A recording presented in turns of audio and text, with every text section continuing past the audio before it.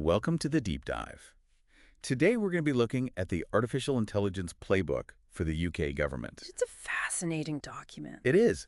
We know that you're interested in how AI is going to be impacting businesses. Both public and private sector. Exactly. Yeah. And this playbook really is packed with insights, so we're going to be extracting the most juicy bits for you. Absolutely. So, to kick things off, this playbook, it outlines like 10 key principles, right? Yeah. These are like the foundation for how the government's thinking about AI. Yeah.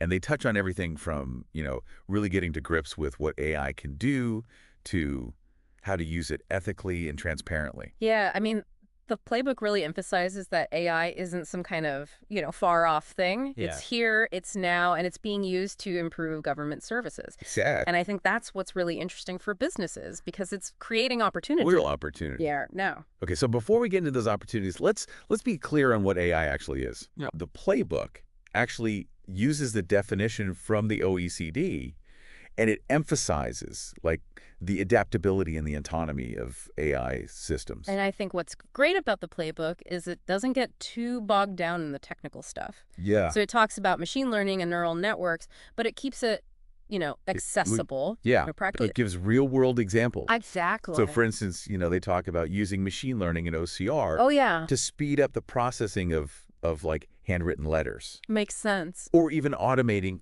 passport control at airports. Right. Yeah. I mean, that's going to be a big one. Yeah, imagine the efficiency gains there. Absolutely. It's not all about back office stuff, though, is it? No. They also talk about things like improving the navigation of government web pages with recommender systems. Exactly. So you can find the information you need more easily. Yeah. It's like AI is becoming this kind of invisible hand that just makes everything smoother. Yeah. Speaking of smoother operations, let's talk about building AI solutions. Yeah. What kind of guidance does the playbook offer? Well, I think one of the key things it emphasizes is the importance of having the right team in place. Okay. So you need your technical expertise. The data scientists, yeah. Exactly. Your data scientists, your programmers. Right. But you also need people who understand the field that you're applying the AI to. The domain experts. Yeah, the domain If experts. it's healthcare or finance, you need people who get the specifics. Absolutely, because you need to be able to translate the problem into something that AI can actually solve. Yeah, it's like that saying, it takes a village, right? Exactly. Building a successful AI solution needs a whole range of skills. Different perspective. Yeah, different perspectives, and I'm really glad to see that they're also recognizing the importance of upskilling the workforce. Yeah, I mean, the UK government's putting a lot of investment into training resources That's good. for both public and private sector professionals. They're also promoting collaboration through things like the AI community of practice. Creating that kind of collaborative environment. Yeah. Okay, now let's get to the heart of it. Yeah. Business implications. Yeah. This playbook really highlights that AI presents massive business opportunities. Absolutely. I mean, the UK government is a huge customer. Right. And they're looking for businesses who can provide innovative AI solutions. So understanding this playbook, Yeah. it's crucial It's essential. if you want to be working with them. If you want to be a part of that AI ecosystem. Yeah, and they don't just leave you hanging, do they? No, they actually provide guidance on procurement. Oh, that's good. Yeah, they highlight the Crown Commercial Service. Right, the CCS. The CCS, yeah. They have frameworks, dynamic purchasing systems, RBSs. DPSs, yeah. Hmm. Even memoranda of understanding. Now, Yeah, to streamline the whole process. So even if a business is new to working with the government, Yeah. they've got support.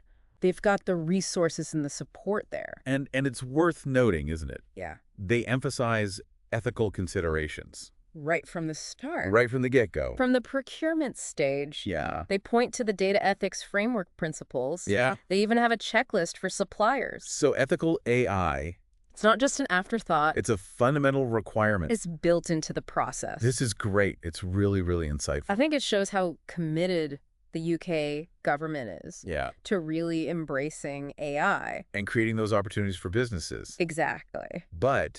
But we have to be realistic, right? Yeah. There are potential risks with AI. Absolutely. Data privacy, security. We need to make sure AI is used responsibly. Ethically. Yeah. And that's something we'll be discussing in much more detail in the next part of this deep dive. Stay tuned for that. Yeah. We'll be getting into the nitty-gritty of responsible AI implementation after the break. Looking forward to it. Now, you might be thinking, All right, this all sounds great.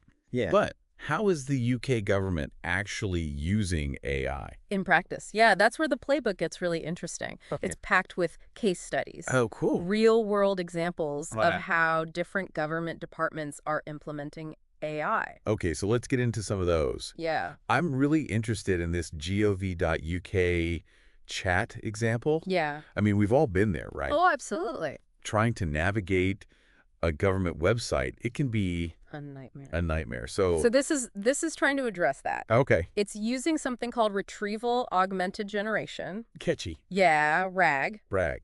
And it basically combines a really powerful AI language model with all of the content on GOV.uk. Okay, So users can just ask a question right.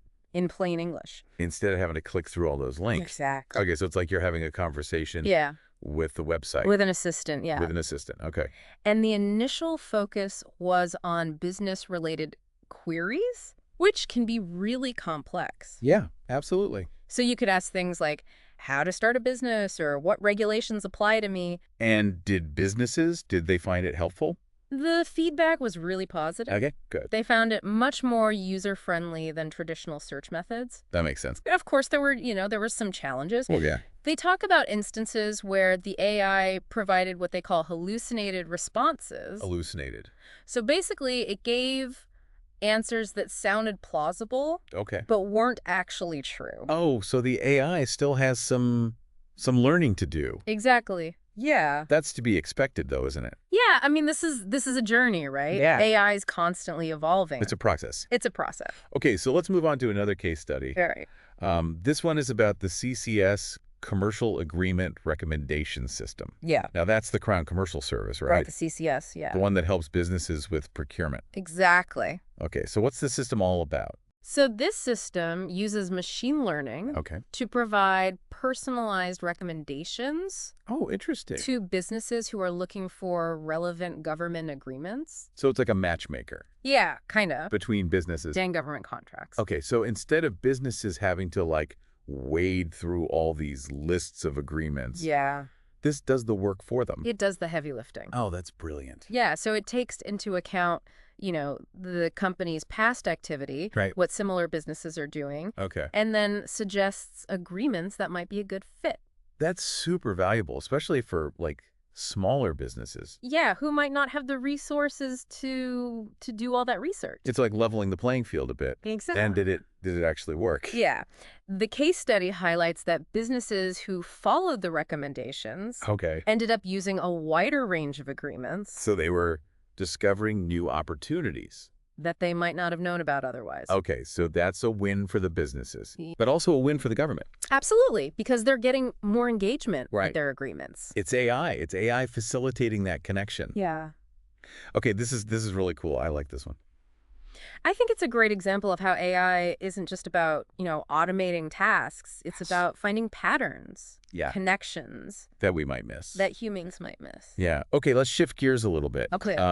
There's a case study here about the digital sensitivity review at FCDO services. Right. And this one focuses on security, Yeah, protecting confidential information. which is a big deal. Huge, especially for FCDO services. Yeah, they provide secure services to other government departments, right? Exactly. So how is AI helping them with that? Well, they've developed a suite of AI tools Okay. that basically automate the process of reviewing digital records. To make sure that there's nothing sensitive. Yeah, to identify potential security risks Okay. much faster than manual methods. It's like having an AI security guard Yeah, constantly scanning these documents. exactly. What kind of risks are we talking about here? It's not just about, classified documents or anything like that. Oh, Often, digital records contain hidden data, okay. like metadata embedded in images, I see. or even deleted text that can be recovered. Ah, sneaky. Yeah, and these are the kind of vulnerabilities that AI is really good at detecting. Okay, so it's an extra layer of protection. Yeah. Did it work? Yeah, the results are really impressive. They've been able to process records much faster Okay. and significantly reduce the risk of leaks. Great. Yeah, but of course, there are ethical and legal considerations here. Absolutely. They've involved legal and ethics experts throughout the process. Okay, good. And a key principle is that the AI tools are used to assist human reviewers. Right, so not replacing them entirely. Not replacing them, augmenting their A capabilities. collaborative approach. Okay, and they're being transparent about how it all works. Yeah, which is really important for building trust. Trust and accountability. Absolutely. Now, these are just a few examples There are many. from the playbook. Yeah. Are there any others that you think would be particularly relevant to our listeners? Well, I think for those in the healthcare sector, Okay. there are a couple that stand out. Okay, let's get it. There are a couple that really focus on how AI is being used to improve research and user experience in the NHS. Oh, perfect. Healthcare is a big one for us. Yeah, So, nice. okay, let's dive into those. Right. So the first one is the NHS User Research Finder. Okay. So imagine trying to find relevant research Yeah. within like the vast amount of medical information out there. It's a lot. It's huge. Yeah. So this tool is designed to make that easier. Okay, I'm intrigued. How does AI help with that? Well, it uses natural language processing Okay. to analyze research reports, summaries, all sorts of stuff. So it understands what the research is actually about. Exactly. Okay. So then researchers can just, type in a question, Right, yeah. topic in plain English. Instead of trawling through all the databases. Yeah, it's like having an AI research assistant. That's pretty cool. Yeah, so the case study gives this example. Okay. Say you're researching how young people feel about accessing healthcare. Right. You can just put that in, and the tool will find all the relevant research, Okay. even understanding things like age ranges and different aspects of healthcare. So it's really specific. Yeah, really targeted. That must save researchers so much time. Absolutely. Okay, so Sure. that's one. What's the other one? The other one is NHS.UK reviews, specifically an automated reviews moderator. Okay, reviews. That can be tricky, Yeah, it can be a minefield, can it? especially with having to moderate them and make sure they're appropriate. Especially for the NHS. Yeah. Because they receive a huge volume of reviews. So how's AI helping with that? They've developed an AI system Okay. that automatically flags reviews that need attention. Okay. So it can detect things like personal information. Right, for privacy. Yeah, abusive language, even things like comments that suggest, self-harm. Wow. So it's really protecting users Absolutely. and also the NHS staff. Yeah, right.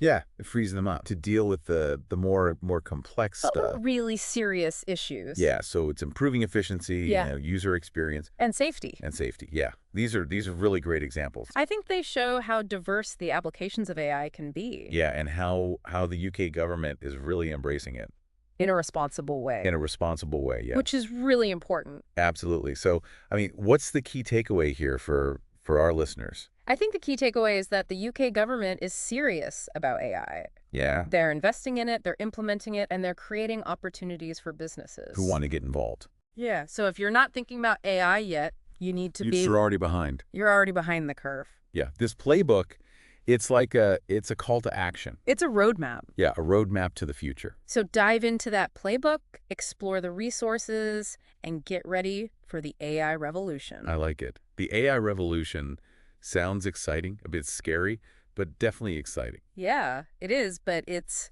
happening whether we're ready or not. That's true. That's true. Well, thanks for joining us on this deep dive It's been a pleasure. into the UK government's AI playbook. We hope you found it insightful, and we hope to see you on the next one.